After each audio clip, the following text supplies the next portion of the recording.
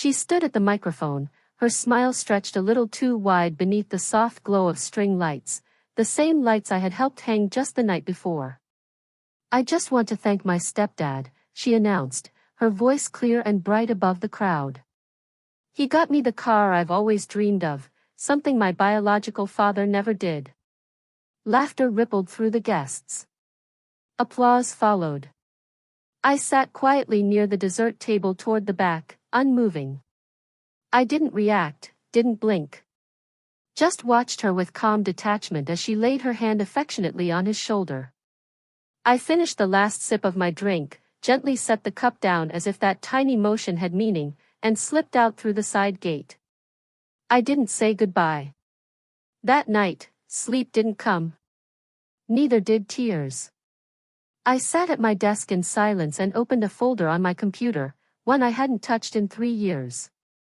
Emily was only 6 when her mother and I divorced. I fought hard to keep her in my life. I lost. I settled for alternate weekends. Eventually, even those faded away. Still, I stayed involved.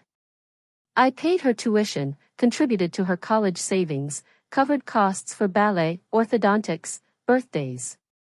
I showed up at school events, even the ones I wasn't asked to attend. I never tried to compete with her mother's new husband. I didn't post online, didn't make grand gestures. I believed that steady presence would matter more over time than attention-seeking gifts. Her mom and I had a long, complicated past, full of turns and compromises. I was the one who gave more ground. She married Greg soon after, a finance guy with a bright smile and louder wallet. At 13, Emily began calling him Dad, even when I was around. I never corrected her. I just kept being there. Graduation day was supposed to be neutral ground. I paid for half of the party, wired the funds directly to her mother without a word. I helped hang up the decorations while Greg paced around taking business calls through his Bluetooth headset. I didn't insert myself into photos. I kept my distance. I wanted peace, not conflict. So when she took the microphone, part of me thought, maybe, just maybe, she'd acknowledge me. A quick glance. A line. A moment. Instead, she delivered a clean blow. My real dad never did anything. Everyone heard it. No one responded. Her mother looked away. Greg wore a smug grin, like he had claimed a victory. I smiled too, not from contentment, but from clarity. That single moment gave me the final answer I didn't know I was searching for. That night, I combed through every file I'd carefully preserved, financial documents, trust records, vehicle titles, legal agreements, a digital folder named Emily Future. Everything in order. Precise. I reviewed the balance in her college fund, the one I'd funded solo since she turned 8. I thought about the car, technically under Greg's name, but the loan co-signed through a corporate channel I had access to. A quiet favor from a colleague, long forgotten by Greg. I reflected on the years I'd stayed in the background, letting others take credit. The birthday gifts she thought were from him. The effort I disguised to let her believe she was getting it all from her new dad. But I wasn't angry. Not in the way people expect. It felt more like still water, deep, cool, undisturbed. I didn't want revenge.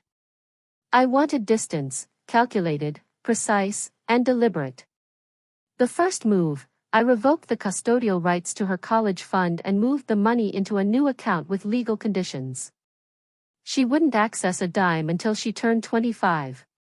Full-time employment, independent tax returns, completion of a financial literacy course, all required.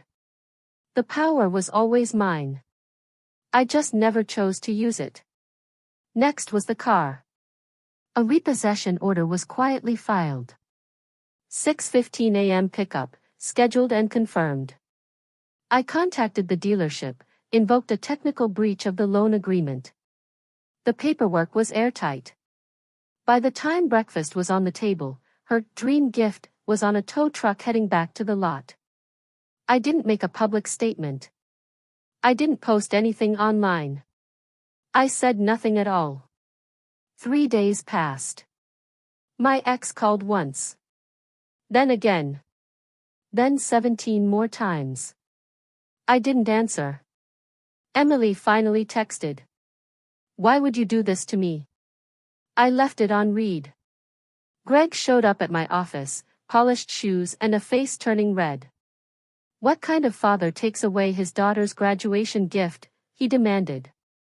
I met his eyes and said calmly, the kind who funded 10 years of education, not 10 minutes of applause. He tried to throw out legal threats. I slid a printed loan report across the desk, complete with his signature and payment default. His eyes dropped. His words trailed off. He walked out without finishing his sentence. My ex eventually got through. Her voice cracked over the phone.